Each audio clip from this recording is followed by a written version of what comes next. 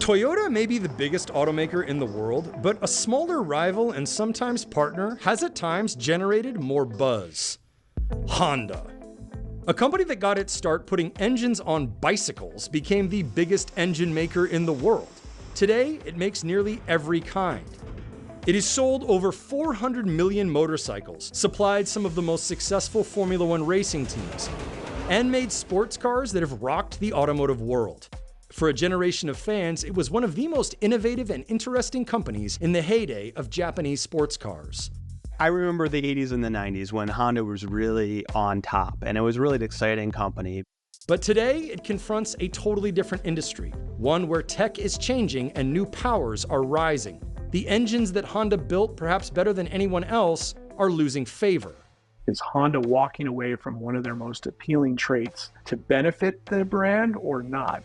We're going to find out the answer to that one way or another. It's doing very badly in China, and it's not so far making the transition to electric vehicles quickly enough. And it's hard to kind of figure out what Honda offers that a Mazda isn't going to offer you, or a Toyota's not going to offer you, or a Hyundai's not going to offer you. So now, the company has a plan to carry it forward, but it could be a hard slog for even a legendary name. Honda sells about 4 million vehicles globally, making it the 7th largest automaker in the world. But what many may not know is that it makes a whole lot of other things. For the fiscal year ending March 31st, the company sold 26.74 million units of cars, motorcycles, planes, boats, generators, yard equipment, and so on. The vast majority of these products come equipped with engines, and that, in many ways, is what Honda is really best at. Perhaps even the best in the world. Some will say that Honda is an engine company beyond all else. Not really even a car company, but an engine company, and making just stellar engines. But really, I think they're a powertrain company. Honda founder Soichiro Honda made the company's first product by attaching an engine to a bicycle. The other characteristic that defined Honda was Soichiro's passion for motorsports, racing specifically. About 12 years after it made its first engines, Honda began building Japan's first fully paved, full-scale racetrack. It also entered the Isle of Man TT, one of the most famous and dangerous motorcycle races in the world. By 1961, it dominated the race, sweeping the top spots in 2 different classes. The motorcycle wins kept coming. Honda was racing cars almost as soon as it began making them. Just 1 year after it had debuted its first concept, it was already entering Formula One. The year after that, it won an F1 race in Mexico. Its engines have powered many winning drivers and teams, including Ayrton Senna, Jenson Button, and Max Verstappen. Soichiro Honda's idea was that the tight constraints and extreme competition of racing would forge superior engineers. Honda engineers produced crazy, wild, and influential inventions. They came up with technologies like VTEC that extracted more horsepower out of small engines without the need for turbochargers. When you look at the cars that Honda was producing in the 90s, they were so ahead of their time. The precision, the enjoyment. I mean, if you've driven a stick shift variable valve timing engine, the VTEC that they had, it was like nothing else. No other vehicle could kind of match that in terms of that precision. A few models have been especially iconic. The 80s and 90s were a kind of golden age for Japanese sports cars, with Honda right at the center.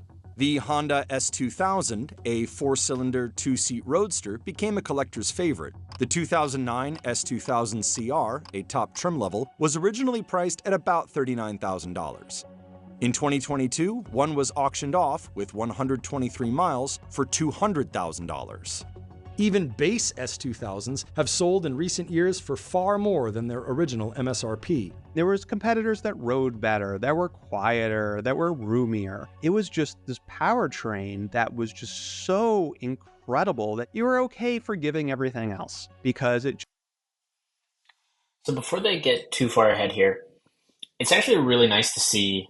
I actually didn't know all that about Honda going into this video, so that's very cool to get a bit of their background.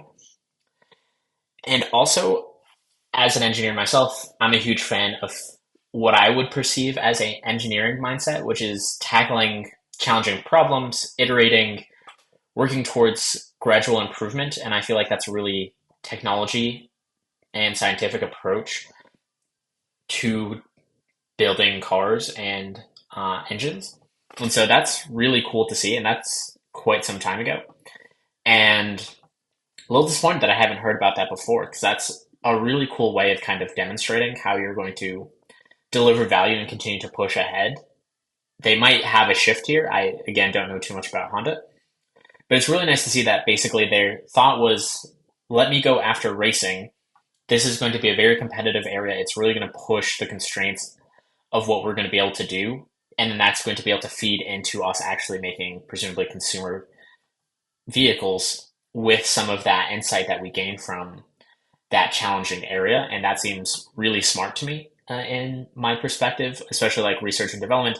I think it's one of the key things as a business is you're looking for how do you kind of make a moat, as some people call it, or kind of like an unfair advantage. But basically, most businesses, what you're looking for is how do you have something that's unique about yourself that makes it hard for somebody else to come in and replace you in that thing.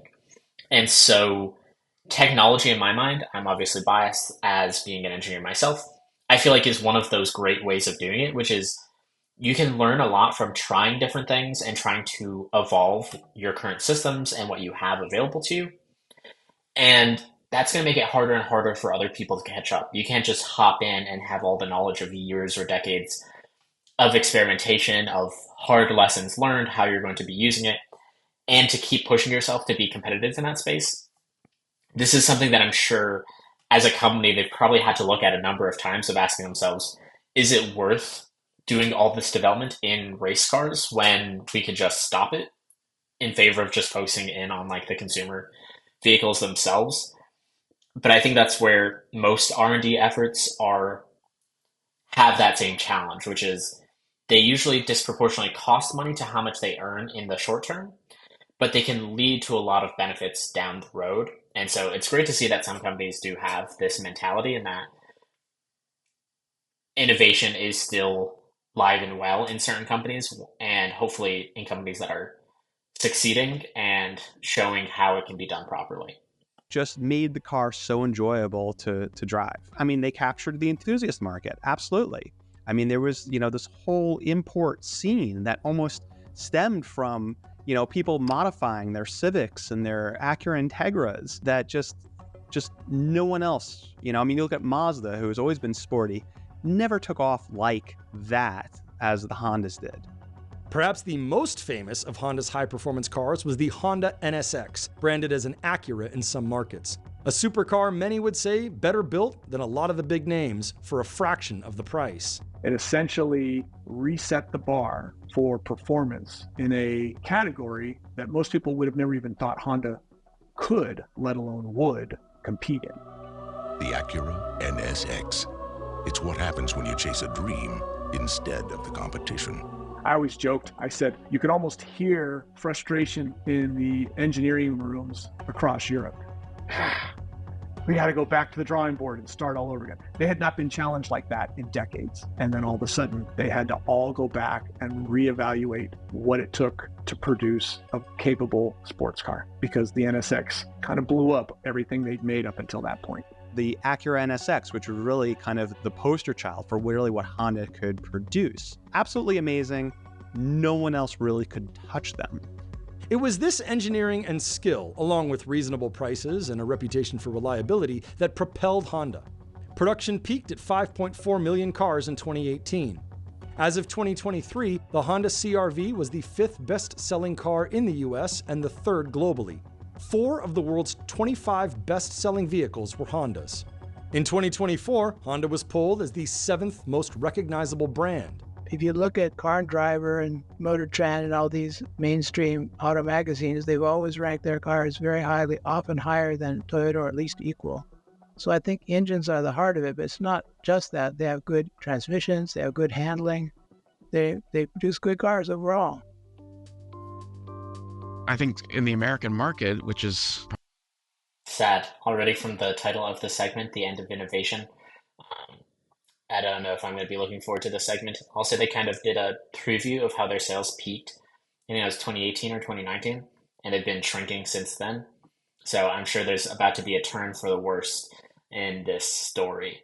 probably their most important market from an auto perspective. They're a company with excellent brand equity, particularly on the Honda side, known for high quality, reliability, and good fuel economy. And names like Accord, Civic, Pilot, and of course CR-V have done very well. 2023, as it was for many others, was a year of record profits. Despite this, Honda faces a suite of challenges. So I would say Honda is really kind of, over the last couple of decades, is kind of searching to kind of find themselves. In 2017, Honda's CEO admitted the company lost its mojo. At the time, it was burdened by a spate of large recalls and a drastic drop in key industry rankings, such as J.D. Power's initial quality study. Management realized the company had been trying too hard to compete with bigger Japanese rival Toyota rather than focus on the R&D that made Honda great. In 2024, some of Honda's biggest worries are rather new. China, once a cash cow for global automakers, has become a much tougher market, especially for foreign brands. But about a third of Honda's total volume is threatened. So far in 2024, sales in the country have dropped by nearly 30%. Sales are cratering in China. They've been forced to close factories. Other troubles are similar to those Honda battled nearly a decade ago. Recalls, for example, including one for 1.7 million vehicles over steering defects. Perhaps its biggest challenge is still recapturing that engineering mojo executives were talking about in 2017 and finding ways to stand out in a crowded and competitive field. When it comes to just the most reliable, kind of conservative, vehicles, that's Toyota. Toyota owns that. Now, when it comes to, we want to make reliable vehicles and they're responsible, but also kind of like stylish and whatnot, we've got Hyundai, really a serious competitor in there. So I think it's been really kind of hard for Honda to really figure out who they are. What I think was Honda's really kind of unique characteristic for years, decades, was what I call the FTD, the fun to drive factor. And now you drive a modern Toyota and you drive it back to back with the equivalent Honda model. And it's like, these things are about the same. It's pretty much a razor thin advantage now. And so that's hurt Honda's kind of one strong, consistent claim that I think it had for decades on Toyota. Acura, I think it's a good brand, a good product, but I think it's been a bit more stuck in the mud of you're not quite luxury, but you're not really volume or mass market either. I felt like Acura was supposed to be kind of the more driver-oriented brand for Honda and the more kind of personality-driven. And I think that worked to some extent, but I think one of the problems is that there just wasn't enough differentiation. In an era where all eyes are turning toward EVs, it does less good to be one of the world's best makers of something the world wants less and less of. Now, the problem with Honda is that these incredible manual transmissions that were so smooth and enjoyable to drive, well, not many people are buying manual transmissions anymore. And when you look at these incredibly efficient, high-revving engines that were very reliable, well, look what's going on in terms of powertrain. How much more efficiency can you get out of an ICE vehicle? These are very marginal improvements. So you have to meet current demand, which means you have to keep investing. But you can't really anticipate major advances in productivity or function. So that's a real burden for everybody, including for Honda. But if your big strength is engines, then that is a bit daunting. It seems kind of tragic for what many consider to be one of the best engine builders on the planet and one of the best engineering companies on the planet to walk away from what is such a strong identity for Honda and an appealing identity for Honda. And I think maybe the leadership thinks this is like the only choice they've got. In EVs, it's trailing rivals. It was an early innovator, releasing an EV in 1988. In 2017, it came out with an electric version of its Clarity sedan, but that model could only get 89 miles on a charge and was only available in California and Oregon. For comparison, the Tesla Model 3 had a range of 220 to 310 miles, depending on the trim. As of 2024, Honda sold 6 EV models around the world. The first was rolled out in China in 2022. Toyota takes and arguably deserves the credit for mainstreaming the hybrid vehicle, starting with its Prius. But Honda was technically the first company to introduce hybrids to North America, and it remains the second biggest seller of them today. Hybrid sales have been booming as of late. The Toyota Honda camp believed that it would rely on hybrid vehicles now and hydrogen vehicles in the future, whereas the Nissan Mitsubishi camp believed that we were going to be able to make a straight transition to battery electric vehicles. That, as you know, has turned out to be a rather ambiguous outcome. Honda wasn't really poised to go and jump into that area of electrification and technology because they were really this back to the basics, amazing high revving powertrain engines and great transmissions. And it just hasn't really translated because of how the market has moved. So it's a bit sad to see, as they highlighted all those interesting facts about Honda at the beginning of all their innovation and how they're progressing, and kind of having this stark contrast to the current Honda of not as much advancement, kind of unclear on where their niche is in the market. And that's certainly unfortunate. I think hopefully they'll be spurred on. I think we've seen some other companies. I think they did a similar version of this for like Stellantis earlier, and how they also seem to have struggled and are starting to come back as they start to pivot. And it is somewhat a sad story when you look at it in isolation like this, but I do think if you take a step back, I find it encouraging that, again, I think this is one of the benefits of the type of economy we have, being a capitalistic society. There's a lot of competition, and in these scenarios, this is exactly what's meant to happen, which is if you start to fall behind, you don't get people's dollars anymore. There's nothing guaranteeing that you get them in the future. And so as you become less competitive, other people can overtake you, and then they're the ones who get the dollars from their customers. And then this leads to more and more innovation. Because again, in this case, Honda was innovating, they were getting ahead, they stopped innovating, they started to fall behind. This is going to force them either to start to innovate again and start to come out on top, or they're going to start to keep falling behind and eventually be overtaken by some other company who's innovating more.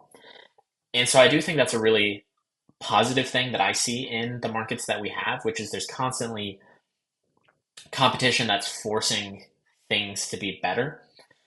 And I think that's good for us in the long term. Hopefully, in this case, it would be sad to see an engineering focused company fall behind. But again, in this scenario, they should also be focusing in on other things like where the market's going, like electric vehicles, et cetera, where they don't seem to be innovating as much. It seems as though the narrative that they're describing here is they really pushed on manual vehicles that are gas powered, and they haven't really shifted to other car types as well.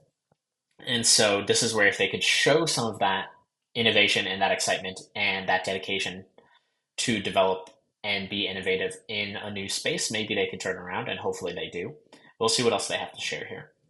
But even if the world is somewhat going EV at some rate of speed, sometimes when everyone zigs, you want to be the one who zags. Maybe what you do is you keep producing really fuel-efficient engines and or hybrid drivetrains and offer that as an alternative to this EV direction. Because I still think there are plenty of consumers who are not ready to jump on the EV bandwagon, not ready today, and may not be ready for another 10 or 15 years.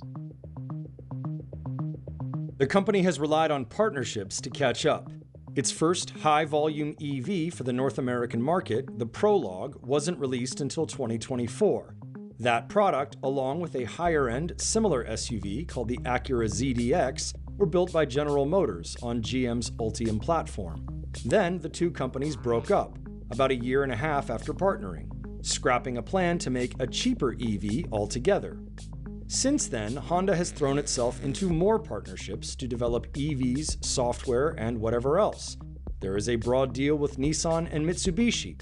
An alliance with Sony has produced a prototype of a very tech-heavy EV called the Afeela. Sony is not the Sony of 25 years ago. Its brand is tarnished compared to Samsung and even to Chinese brands now. So they're not as glittering a partner as they would have been 15 years ago. And again, they're moving too slowly. Nissan is not a strong partner. Were there eyes from like a cartoon or something on that car? I think that was actually being on there. I don't think that was like a reflection or anything. Yeah, it's probably not important for this segment, but an interesting way of highlighting their vehicles nonetheless. Mitsubishi's even weaker. So is this going to be a help or a hindrance? To be clear, Honda does have an in-house EV strategy. Its first of a new crop of models will be an Acura, which it will produce in Marysville, Ohio in late 2025. It also plans a line of EVs under the Honda name, the Zero Series. Production on the flagship model, the Saloon, is scheduled for its Ohio factories in 2026. The Saloon does promise some true innovation. An ultra-thin battery pack and compact powertrain components, along with other features, give the car a low-slung design and a low center of gravity, which improve handling and performance, and while still giving a lot of interior room. Tech borrowed from Honda's F1 and hybrid programs reduce weight by about 100 kilograms. On the manufacturing side, Honda's investing $65 billion in electrification and software, up from an earlier $40 billion commitment. In North America, the company and its joint venture partners are spending $11 billion to build up EV facilities in Ontario, Canada. In Ohio, Honda is spending $3.5 billion on a battery plant with partner LG Energy Solutions, with more to come. It's also forking over $700 million to retool 3 Ohio Honda plants for battery pack production and EV assembly, and another $124 million is going to a testing facility with a wind tunnel for aerodynamics and noise reduction. There's a lot going on with Honda on EVs now. I mean, if you were to look back a few years ago, you say, well, they started too late. And for a while that looked bad, but then EV demand right now has slowed considerably compared to a few years ago. I don't think people quite acknowledge how rapidly prices are going down, charging speeds are improving, and range is extending. That's going to be a huge transformation. The EV revolution is coming. It's not coming quite as fast as people had hoped, but it is coming. So it's not clear to me that they can keep up with that. Honda did not grant an interview to CNBC in time for this piece, but said that though it's committed to EVs, the balanced approach to offering ICE, hybrid electric, and battery electric vehicles is the strategy we have pursued from the start and reflects our view that this race is a marathon, not a sprint.